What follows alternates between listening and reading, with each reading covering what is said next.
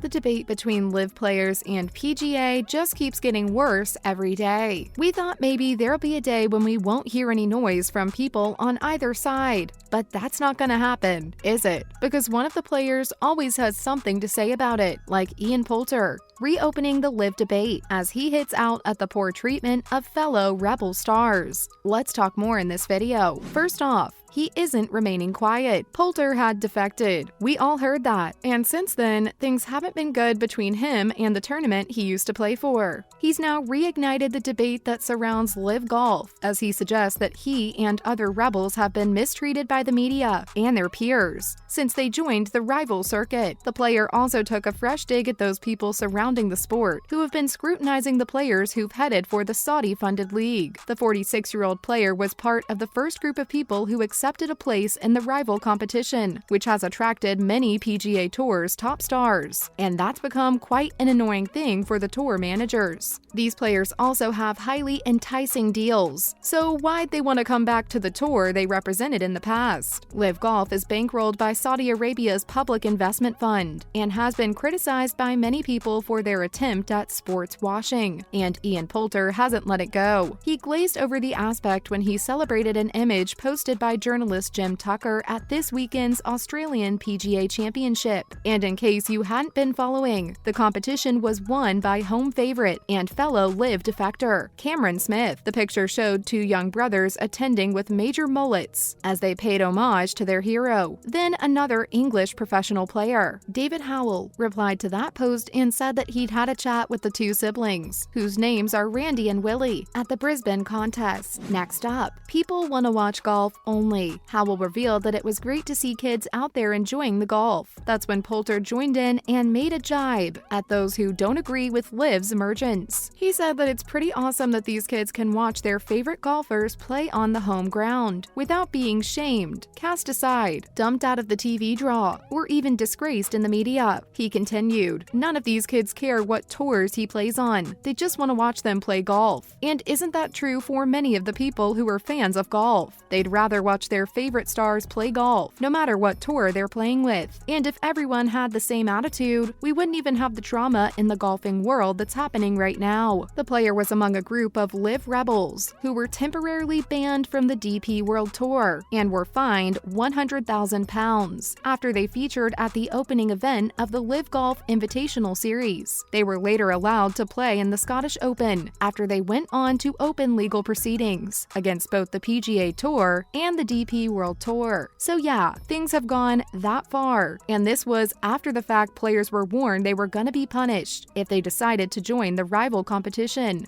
But that hasn't stopped anyone who really wanted to join. More on this. More dough, same golf. Now he's even expected to attend a hearing in February that'll help determine the future participation of LIV golfers on the tours that are established and have been happening for quite a while. The Englishman's tweet led to some mixed responses from his followers, as one of them bemoaned that he was molding a tweet to suit his own propaganda. Some of the others empathized with the LIV League, as they said that lots of other sports are funded by Saudi money, and they don't get the backlash these guys have had, which is very true. It's just that the golfers who were looking out for themselves are being shamed for wanting more money. Wouldn't the rest of us want more money, even if it's Saudi money? Come on, at the end of the day, you're doing the same thing you've been doing all your lives, playing golf. The difference is they're getting more money than they previously did. But despite all this, some OG players don't care how much money it is. It's all about the principle for them, which is admirable. Now Tiger Woods is backing Rory McIlroy and is calling for Greg Norman to quit LIV Golf. He also questioned the validity of the competition. Recently, Norman has come under immense fire as the war between LIV Golf and DP and PGA Tours continues. Also, Woods doesn't approve. As we know, Greg is the face of the Saudi-backed league, and no way he's gonna quit. He's probably being paid millions, and it doesn't matter if his past tours are currently involved in a civil feud with his new one. McIlroy claimed that he he needed to walk away from LIV if the relations were to improve. And now Woods has said that things can't continue as they are, and that the Australian golfer needs to go. Just like Rory said, he also believes that he has to leave, and then everyone can ultimately figure out something and talk freely. Mr. T also said that it has to start with leadership on their side, because as of right now, there's a lot of animosity. He asked, "Now what is the best way for our game to grow?" Then said that it was not going to happen this way, and that they needed to get the two bodies to come together. If one side has so much animosity, and someone is trying to destroy their tour, how will they work with something like that? Lastly, LIV's throwing money. Valid questions and statements. All of them. But will we get to see the two sides find a way to work together? Who knows? Because as of right now, things aren't as good as we'd want them to be. In fact, LIV launched a lawsuit against the PGA